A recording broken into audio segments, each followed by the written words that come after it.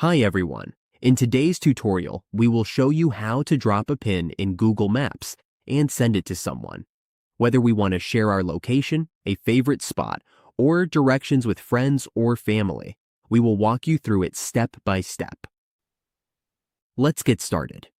When we are on the Google Maps dashboard, we will select the location we want to pin. For example, let's choose a new starting location. We just need to click on it, and once we do, we can see the share option at the bottom. Now, if we want to share that location, we just click this. A shareable link will be created. We just need to copy this link.